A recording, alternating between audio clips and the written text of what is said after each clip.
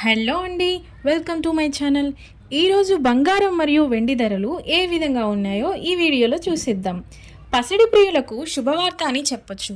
ఎందుకంటే బంగారం మరియు వెండి ధరలు రోజురోజుకు తగ్గుముఖం పడుతున్నాయి. ఈరోజు 10 గ్రాముల స్వచ్ఛమైన బంగారం అనగా 24 క్యారెట్ల బంగారం ధర 72,380 రూపాయలుగా ఉన్నది.